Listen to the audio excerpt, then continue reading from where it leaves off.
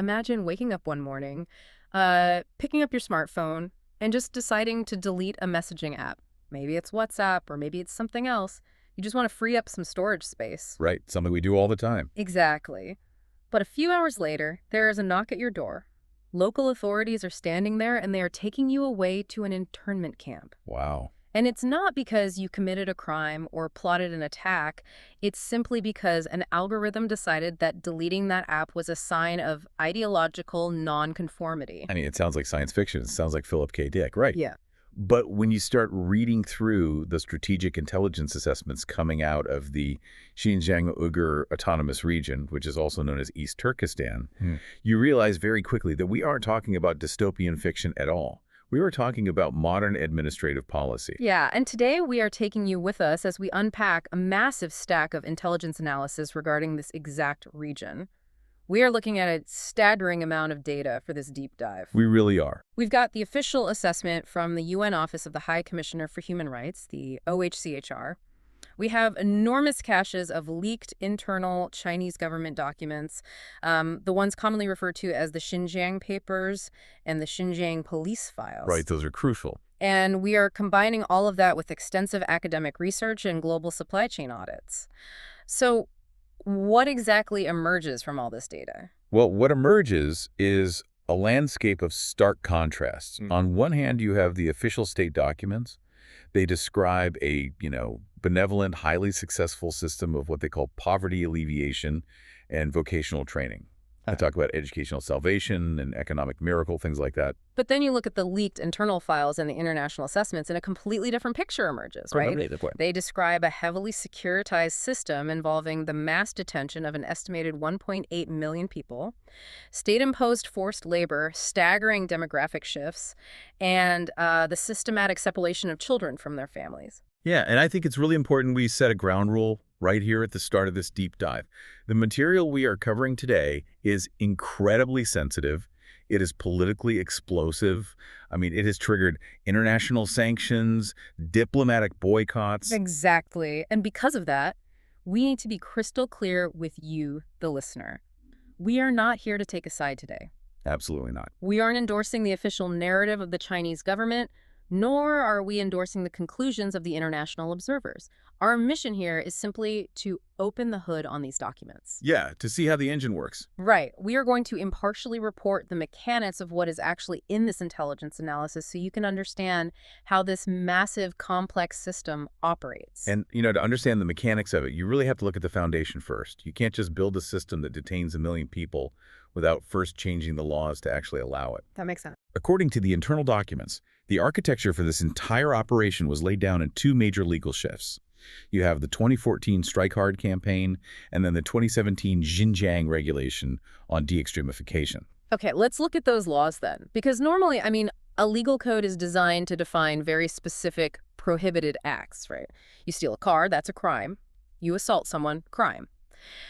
How does this region's legal architecture redefine what actually constitutes a crime? It does it by fundamentally altering the definitions of terrorism and extremism. The OHCHR analysis points out that these definitions were broadened to a really extreme degree. How broad are we talking? Well, they moved away from just criminalizing violent acts like an actual bombing and started criminalizing highly subjective behaviors. The law targets conduct that might, quote, disrupt social order. Disrupt social order. Wow. That is an incredibly wide net. You could throw almost anything into that bucket if you wanted to. And they did.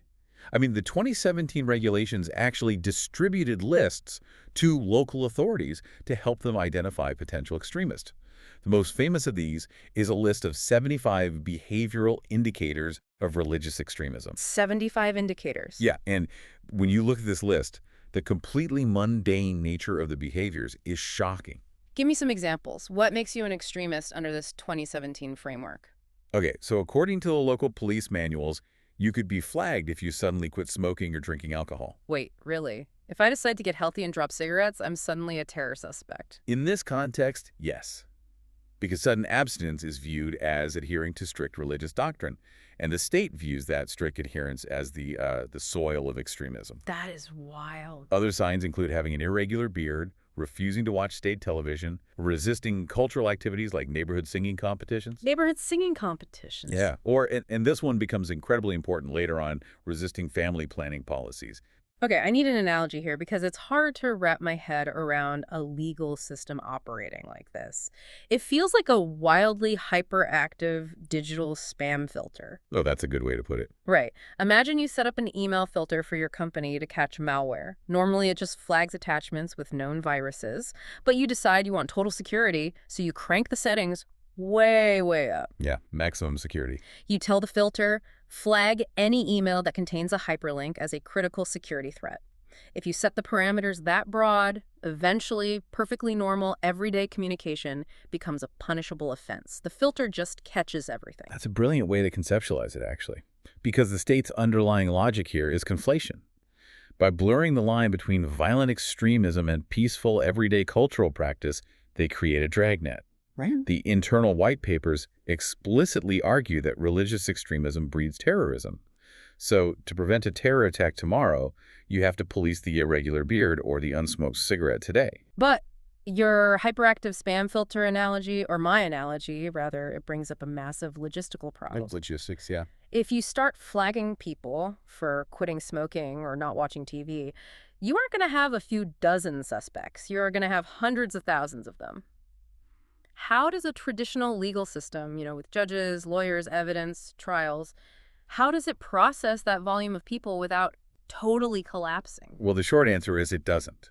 And this is the genius, or I guess the terror, of the system detailed in the files. It bypasses the criminal justice system entirely. Entirely. Yeah, the laws are structured to grant extraordinary administrative power to local officials and police. They can independently mandate education for an individual without a formal trial, without a defense attorney, and without a judge. So there is no day in court. I don't get to stand in front of a magistrate and explain that I just quit smoking for my health. No, absolutely not. Yeah. A local official simply determines that your behavior indicates you have been infected by extremist ideology, and they have the direct authority to send you to a facility to be cured. Which brings us to a terrifying logistical reality. If local officials are dragging this massive net through the population and catching 1 million people, where do you put them? You can't just put them in the local county jail. No, you have to build an entirely new physical infrastructure. And this introduces the most widely analyzed aspect of all the intelligence data, the vocational education and training centers, or the VETCs. The VETCs, the data estimates that up to 1.8 million people have passed through these centers. Yeah. 1.8 million. I mean, that's the entire population of Phoenix, Arizona, just processed through these facilities over a span of a few years. It's massive. And this is where the two competing narratives clash the hardest, honestly. The official state white papers describe these VETCs as institutions of educational salvation. Educational salvation. Right. They are presented as essentially adult boarding schools for people who have, drifted toward petty crime or extremism. Right. The official curriculum has 4 pillars, doesn't it? It does. First, standard national language, so teaching Mandarin to improve job prospects. Second is legal knowledge, learning the Constitution. Third, vocational skills, learning to make textiles or assemble electronics. Okay. And fourth, de-radicalization, which they describe as psychological counseling to address extremist thoughts. The official documents make it sound like a community college with a strict curfew, but the leaked Xinjiang police files paint a very different picture of the architecture and the day-to-day operations inside these places. Oh, completely different. The leaked internal security protocols don't describe a school at all. They describe armed guards stationed in watchtowers. They detail strict protocols for the use of handcuffs, shackles, and tiger chairs. Wait, stop there. What exactly is a tiger chair? It's a heavy steel chair used during interrogations. The person is strapped in by their wrists and ankles, so they're completely immobilized. Oh, wow. Yeah. And the internal police manuals also outline military-style riot drills inside the facilities. The UN OHCHR report concluded, based on all this, that placements in these facilities amount to arbitrary, non-consensual detainment. People aren't signing up for night classes. They are being taken by force. And the sheer density of the detentions is hard to fathom. It really is. If you look at the leaked spreadsheets from just one area, Conasher County, the data showed that in 2018, over 12% of all ethnic adults in that entire county were in some form of internment. 12% of the adult population in a single county. That means there isn't a single person in that area who doesn't have a brother, a father, or a neighbor who simply vanished into one of these centers. Exactly. Everyone is touched by it. But I have a fundamental question about how they actually execute this. We talked about the spam filter, the 75 signs. But if you have millions of citizens, how are local police actually monitoring who suddenly stops drinking alcohol or who stops watching state TV? You can't put a human police officer in every living room. No, you can't. You don't need a human officer, though. You use data. Massive, continuous, unprecedented data collection. This is where the intelligence analysis introduces a system called the Integrated Joint Operations Platform, the IJOP. I've seen this acronym all over the reports. What exactly is the IJOP? It is essentially the digital brain behind the entire detention apparatus. It functions as an incredibly advanced predictive policing algorithm. The IJOP aggregates data from countless nodes across the entire region. We are talking about CCTV cameras equipped with facial recognition on street corners. Right. We are talking about mandatory spyware that citizens are forced to install on their smartphones. Wait, mandatory spyware? Yes, literally apps that scan your files, your messages, and your contact lists. But the IJOP goes much, much deeper than just your phone. It pulls data on your electricity usage. It monitors whether you enter your own home through the front door or the back door. You're kidding. I'm not. It logs if you buy fertilizer. It tracks if you apply for a passport. Okay, wait. Let's trace a hypothetical scenario. Let's go back to the hook we started with. I decide I'm spending too much time on my phone, so I delete a messaging app. How does the IJOP interpret that? Well, to the algorithm, you haven't just deleted an app. You have committed an evasion tactic. An evasion tactic? Right. The system flags that you have suddenly reduced your digital footprint. Mm-hmm. It assumes you have something to hide, which is considered suspicious behavior. The IJOP ingests billions of these tiny, seemingly innocent data points. It builds a behavioral baseline for every single citizen, and then it looks for deviations. Okay. When you deviate from the norm, the system generates a micro-alert, and local police are automatically dispatched to investigate you. This is exactly like the pre-crime division in that movie Minority Report. Yeah, very similar. But here is the critical difference that makes it so deeply unsettling. In standard pre-crime science fiction, they arrest someone right before they commit a murder. They are predicting a physical act of violence. Right. The IJOP isn't predicting violence. It's predicting ideological nonconformity. It's predicting that you might hold thoughts that the state disapproves of. That's the core of it, yeah. It's an algorithm designed to measure your internal loyalty to the state. Which begs the ultimate question about these VETCs. If the algorithm flags you and you get sent to a camp, what is the end game? Are they punishing you for past behavior, or are they trying to rewrite your future behavior? The leaked administrative documents provide a very clear answer to that. The metric of success in a VETC is not time served. It's not about waiting out a sentence. The goal is a concept called zwanwa, which translates directly to transformation. Transformation. That is a heavy loaded word. What does that actually look like in practice? Yeah, the state views these centers less as prisons and more as hospitals for the mind. You are infected with an ideological virus, and you cannot leave until you are cured. Yeah, transformation requires a total psychological shift. According to survivor testimonies and internal manuals, trainees must engage in intense self-criticism. They must publicly renounce their prior religious or cultural beliefs. They must demonstrate absolute fluency in Mandarin and express deep, unyielding gratitude to the ruling party. So it isn't just containment. You go in with one identity, and they break you down until you adopt a completely different state-approved identity. Exactly. And the UN assessment noted that this process of transformation is not gentle. It frequently involves severe psychological pressure, sleep deprivation, and physical abuse. The goal is to completely shatter the individual's prior worldview. Okay, let's say someone goes through this. They endure the pressure, they memorize the propaganda, they pass the tests, and they are officially deemed transformed. What happens next?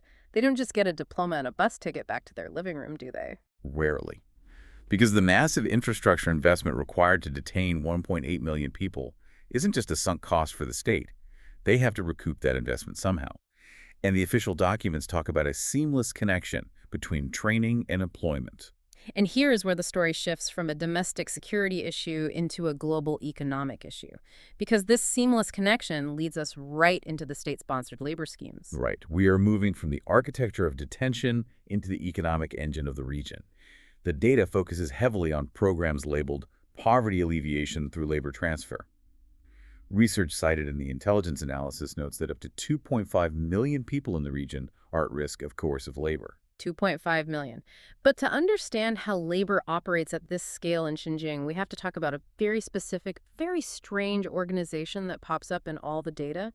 The XPCC, the Xinjiang Production and Construction Corps. The XPCC is one of the most unique and powerful entities in the world. It is incredibly difficult to categorize because there's really nothing else like it anywhere. Explain it to me. Because it sounds like a military unit, but it operates like a massive Fortune 500 company. It's best understood if you think of it like a modern domestic version of the old East India Trading Company.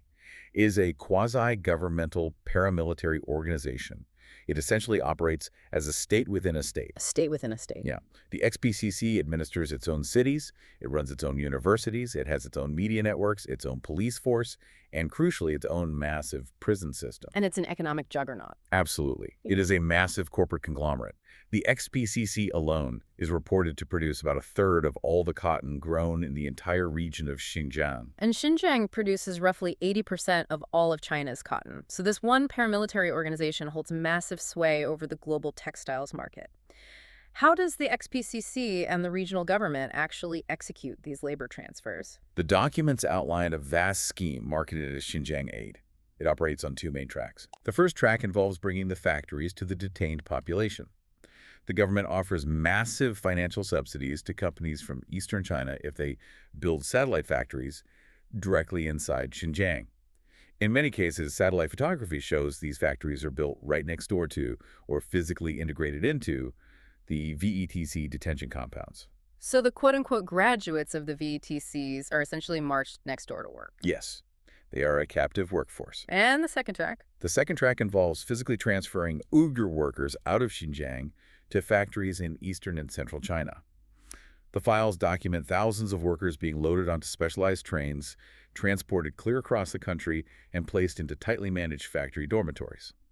They work on the assembly line during the day, and they're subjected to continued ideological education in the evenings. Let me play devil's advocate for a moment here. Sure. The official Chinese documents frame all of this as a massive success in poverty alleviation. And frankly, moving people from rural subsistence farming into wage-earning industrial jobs is the standard playbook for lifting a region out of poverty. It's what drove the Industrial Revolution. So at what exact point does a vocational jobs program cross the line into state-imposed forced labor? That is a critical question, and it comes down to the international legal definition of forced labor. Forced labor isn't just about whether or not you get a paycheck. People in these factories are often paid. Forced labor is defined by two things: the menace of penalty and the lack of free consent. The menace of penalty? Yes. Think about the context we just built. You are a worker who has just been released from a VETC, or you have family members currently detained. A local official tells you that you have been selected for a labor transfer to a factory 1,000 miles away. You know that if you refuse that assignment, or if you try to quit and go home, the IJOP algorithm will immediately flag you as uncooperative and exhibiting signs of extremism. And you'll end up right back in the tiger chair. Exactly. The pervasive threat of internment completely destroys the possibility of free consent. You aren't taking the job because you want it. You're taking it because the alternative is a detention camp. That makes total sense. Yeah. The coercion is totally baked into the environment. So what industries are we talking about here? We mentioned cotton. The exposure is staggering. The intelligence reports indicate that Xinjiang produces roughly 20% of the global cotton supply. Statistically, that means 1 in 5 cotton garments in the world has a high risk of being tied to this system. But it's not just t-shirts and jeans, is it? No. The most alarming sector highlighted in recent years is renewable energy, specifically solar-grade polysilicon. Polysilicon. That's the foundational material used to make the photovoltaic cells in solar panels. Right. And according to the analysis, 45% of the entire global supply of solar-grade polysilicon comes from just 4 major producers that have heavy operations in Xinjiang. Almost half the world's supply. That means the global transition to green energy is heavily reliant on a region operating under this system of coercion. Yeah, and the documents also detail heavy exposure in the automotive industry, specifically aluminum smelting for car parts, as well as electronics assembly, hair products, and agriculture like tomato processing. If you're a global executive, say the CEO of a major car company or a fast fashion brand, this is an absolute nightmare. How do you ensure your supply chain is clean? because the standard protocol is to hire an independent auditing firm to go into the factory, check the books, and interview the workers privately. Can they do that in Xinjiang? The consensus from bodies like the Congressional Executive Commission on China is that traditional factory audits are completely impossible in this region. Because of the surveillance state. Yes. How can a worker speak freely to a foreign auditor when they know there are cameras everywhere, and that saying the wrong thing could result in their family being detained? They can't. Furthermore, the supply chains themselves are intentionally opaque. How does that work? Let's trace it. Say I'm buying a solar panel. Okay, so the raw quartz is mined in Xinjiang using state labor transfers. It's refined into polysilicon at an XPCC-linked facility. That polysilicon is then shipped to a completely different province in eastern China. Oh. There, it is melted down and mixed with silicon from Brazil or Germany. That mixed ingot is sliced into wafers, which are shipped to Southeast Asia to be assembled into a solar panel, which is then shipped to California. The supply chain has been completely laundered. By the time it reaches the consumer, it is physically impossible to trace the origin of the atoms in that panel. Exactly. And because traditional tracing and auditing failed so spectacularly, it forced an unprecedented legislative response. The intelligence analysis points to the U.S. Uyghur Forced Labor Prevention Act, or UFLPA, as a paradigm shift in global trade. How does the UFLPA change the rules? It creates a legal mechanism called a rebuttable presumption. Meaning the burden of proof is flipped upside down. Yes. Normally, customs officials have to prove that a specific shipment of shirts was made with forced labor before they can seize it. The UFLPA assumes that any product mined, produced or manufactured wholly or in part in Xinjiang was made with forced labor. Period. It is automatically banned. It is now up to the importing corporation to provide clear and convincing evidence that their supply chain is completely free of Xinjiang labor. Which, given the laundering we just talked about, is an impossibly high bar to clear. It essentially forces global brands to amputate that entire region from their supply chains entirely. It does. But while the economic implications are massive, the strategic documents reveal that these labor transfers serve a much deeper, darker purpose for the state. Moving hundreds of thousands of young adults out of their ancestral communities into factory dormitories isn't just about economics. It's about demographics. And this brings us to the fourth major theme of our deep dive, the generational shift. We are moving from the factory floor to the fundamental building blocks of a population. When you look at the statistical data in the OHCHR report and academic analyses, you find numbers that are genuinely difficult to process. They detail a policy referred to in state documents as population optimization. Optimization, another highly bureaucratic, sterile term. What does that mean in human terms? Let me give you the data. Between 2017 and 2019, the overall birth rate in the Xinjiang region dropped by nearly 50%. 50% in 2 years. But it gets worse. When researchers zoomed in on the predominantly Uyghur areas, the drop was even more severe. Take Hotan Prefecture, which is roughly 96% Uyghur. In 2016, the birth rate was 20.94 per thousand people. By 2018, just 24 months later, it had plummeted to 8.58 per thousand. Wait, a 60% drop in 2 years? I'm struggling to wrap my head around that. Birth rates decline naturally all the time as society is industrialized. But a 60% drop in 24 months isn't a trend. That is a demographic cliff. How do you even engineer a drop that steep? You can't achieve that naturally. It requires a massive, highly coercive, state-run intervention. The academic research, analyzing local government budgets and family planning directives, uncovers exactly how they did it. What is the strategic rationale? Why does the state want to crash the birth rate of this specific population? It all ties back to how the state defines security. According to internal documents, Chinese researchers and officials began to view the high density of Uyghur populations in southern Xinjiang as a severe national security threat. Why is population density a threat? The theory laid out in the documents is that high concentrations of ethnic minorities create a dense religious atmosphere. It creates a monoethnic environment where people identify deeply with their local culture and religion rather than identifying with the central Chinese state in Beijing. The state views this strong ethnic identity as the very breeding ground for resistance and separatism. So if the density of the population is the problem, the solution is dilution. Exactly. The explicit goal of population optimization, or what some officials call embedding, is to dilute the ethnic population. They execute this on two fronts. First, they incentivize Han Chinese migration into the region to increase the non-Uyghur population share. And second, they drastically suppress Uyghur birth rates. And how do they achieve that suppression mechanically? Through a massive campaign of state-mandated birth control. The official data shows an explosive, unnatural spike in the placement of intrauterine devices, or IUDs, and sterilization procedures in Xinjiang during 2017 and 2018. These numbers far exceeded the national averages. But again, how do you enforce that? If a woman refuses an IUD, what happens? This is where all the systems we've talked about intertwine. Do you remember the 75 signs of extremism we discussed at the very beginning? Yes, the hyperactive spam filter. Right. One of those primary signs of extremism was deliberately interfering with or undermining the implementation of family planning policies. The threat of the VETC system was explicitly weaponized to enforce birth control. If a woman exceeded her state-mandated birth quota, or if she refused a sterilization procedure, she wasn't just given a fine. She risked being labeled an extremist by the IJOP algorithm, ripped from her home, and sent to an internment camp. So the concept of consent in these medical procedures is a complete illusion. You consent to the IUD or you go to the tiger chair. The OHCHR report concluded exactly that. The context of pervasive fear renders any supposed consent entirely meaningless. This brings up a devastating logistical reality. We have 1.8 million adults cycling through detention centers. We have hundreds of thousands of young adults transferred across the country to work in factories. What happens to the children? If the parents are taken, where do the kids go? This is the second half of the generational shift, and the data here is just as staggering.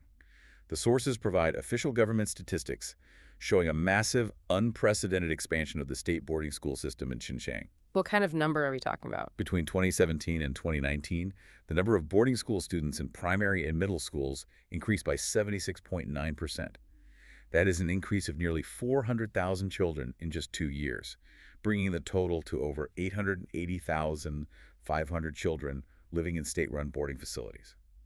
I need to push back here, or at least try to understand the state's framing. Historically, in many cultures, going to a boarding school is framed as an elite privilege. It's something wealthy families pay for. How does the Chinese state justify this massive expansion? The official white papers frame it as a tremendous social benefit. They argue that these boarding schools provide centralized care, guarantee high-quality education, and alleviate the economic burden on rural families. They present it as state-sponsored childcare. But these aren't orphans. We are talking about children who have living parents.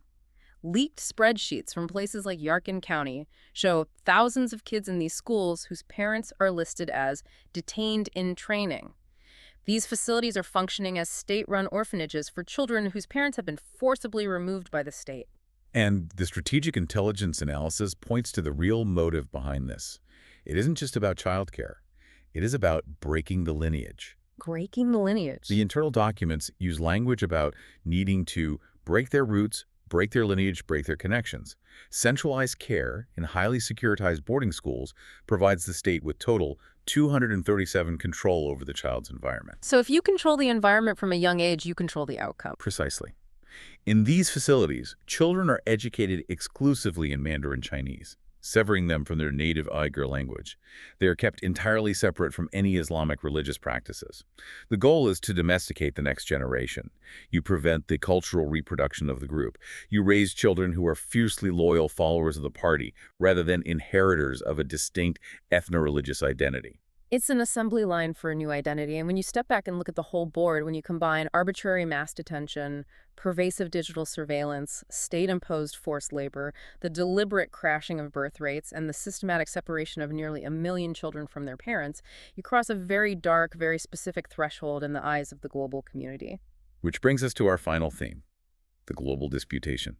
We are entering the realm of international law and the incredibly heavy terminology used to classify these actions. When you read the conclusions of these reports, the language is absolute. The UN OHCHR report concluded that the scale of arbitrary detention and the deprivation of fundamental rights may constitute international crimes, in particular crimes against humanity. Crimes against humanity. And it doesn't stop there. The intelligence analysis also references the conclusions of an independent UK tribunal, as well as determinations by several national governments, including the United States, which went a step further. They invoke the word genocide. Genocide. That is the heaviest word in the English language. When most people hear that word, they think of mass killing. They think of the Holocaust. They think of Rwanda. How are international legal experts applying that term to Xinjiang? It requires looking at the actual legal definition. The 1948 UN Genocide Convention doesn't just define genocide as mass murder. It defines 5 specific acts that constitute genocide, provided they are committed with the intent to destroy, in whole or in part, a national, ethnical, racial, or religious group. What are the acts? The legal analyses in these sources focus heavily on 2 of those 5 clauses. First is Clause D, imposing measures intended to prevent births within the group. The 60% drop in the birth rate? Exactly. The mass sterilizations, the forced IUD insertions, and the threat of internment for having children are cited by legal scholars as direct, undeniable evidence fulfilling Clause D. In the second clause. Clause E, forcibly transferring children of the group to another group. The massive expansion of the boarding school system and the systematic separation of 880,000 children from their families are cited as evidence fulfilling this criterion. So the legal argument is that you don't need gas chambers to commit genocide. If you systematically prevent a population from reproducing and you take away the children they already have, you will effectively destroy the group over time. It's a demographic erasure. That is the exact argument being made by international tribunals. Let me ask you a pragmatic question. Why does this specific legal terminology matter? We are arguing over definitions. Does calling it crimes against humanity versus genocide actually change anything on the ground for the 13 million Uyghurs living in that region today? In their immediate day-to-day reality of facing the IJOP surveillance cameras? Probably not. But in the machinery of global politics, it matters immensely. Under international law, these terms aren't just descriptive. They're legal triggers. They force the world to act. They do. If a state officially acknowledges that genocide or crimes against humanity are occurring, it triggers binding obligations under international treaties to prevent it and to punish the perpetrators. It justifies massive economic sanctions. It provides the legal foundation for things like the Uyghur Forced Labor Prevention Act. It dictates diplomatic engagement. Which explains why the diplomatic war over this narrative is so incredibly bitter. Entirely. The Chinese government vehemently and adamantly rejects these labels. Their official stance maintains that the policies in Xinjiang represent a miraculous, unprecedented success in counterterrorism, poverty alleviation, and social stability. They view the international criticism as a bad faith, coordinated effort by the West to meddle in China's domestic affairs and contain its economic rise. Meanwhile, the international observers, looking at the exact same data we've unpacked today, view it as the largest incarceration of an ethno-religious minority since World War II and a highly engineered, systematic campaign to erase an entire culture. It is the ultimate polarized narrative. Okay, we have covered an immense amount of ground today. Let's try to pull all these threads together for you. We started by looking at how the Strike Hard campaign and the de-extremification regulations completely redefine the law, turning everyday cultural practices into punishable offenses. Right, and that hyperactive legal dragnet created the justification for the VETCs, where 1.8 million people were subjected to arbitrary detention and psychological transformation, all facilitated by the all-seeing digital eye of the IJOP algorithm. We then saw how that captive population was funneled into the economic machinery of the XPCC and state labor transfers, deeply embedding the risk of forced labor into global supply chains for everything from cotton t-shirts to the polysilicon in solar panels. And finally, we examine the chilling long-term strategy of population optimization, the deliberate crashing of birth rates, and the domestication of the next generation in state boarding schools, actions which triggered international accusations of crimes against humanity and genocide. It's a machine, a massive interlocking machine built not just to manufacture goods, but to manufacture compliance. Before we sign off today, I want to leave you, the listener, with a final thought. Throughout this deep dive, when we talked about the global impact of Xinjiang, we focused heavily on physical supply chains. We talked about how the quartz mined in the region ends up in the solar panels on your roof. We focused on the physical exports. Exactly. But as we move deeper into a century that is going to be entirely dominated by artificial intelligence, biometrics, and machine learning, I want you to consider the digital supply chain. That's a profound pivot. Think about the IJOP. Think about the algorithms that can analyze 1 billion data points, a deleted app, a backdoor entry, an irregular beard, and perfectly predict ideological nonconformity. These technologies were pioneered, tested, and perfected in the crucible of Xinjiang. And unlike a bale of cotton, software scales infinitely. It can be copied and pasted across the globe. These surveillance technologies are highly exportable commodities. As other nations around the world look to digitize their own security apparatuses, as autocrats look for better ways to monitor their own populations, you have to ask yourself a terrifying question. Is the ultimate, most impactful export of this region the physical goods we buy, or is it the digital blueprint for the 21st century surveillance state itself? A blueprint that has now been empirically proven to successfully control millions of people. Something to think about the next time you look at the camera on your phone. Thank you for joining us on this deep dive. Keep asking the hard questions, keep looking past the surface narratives, and we will catch you next time.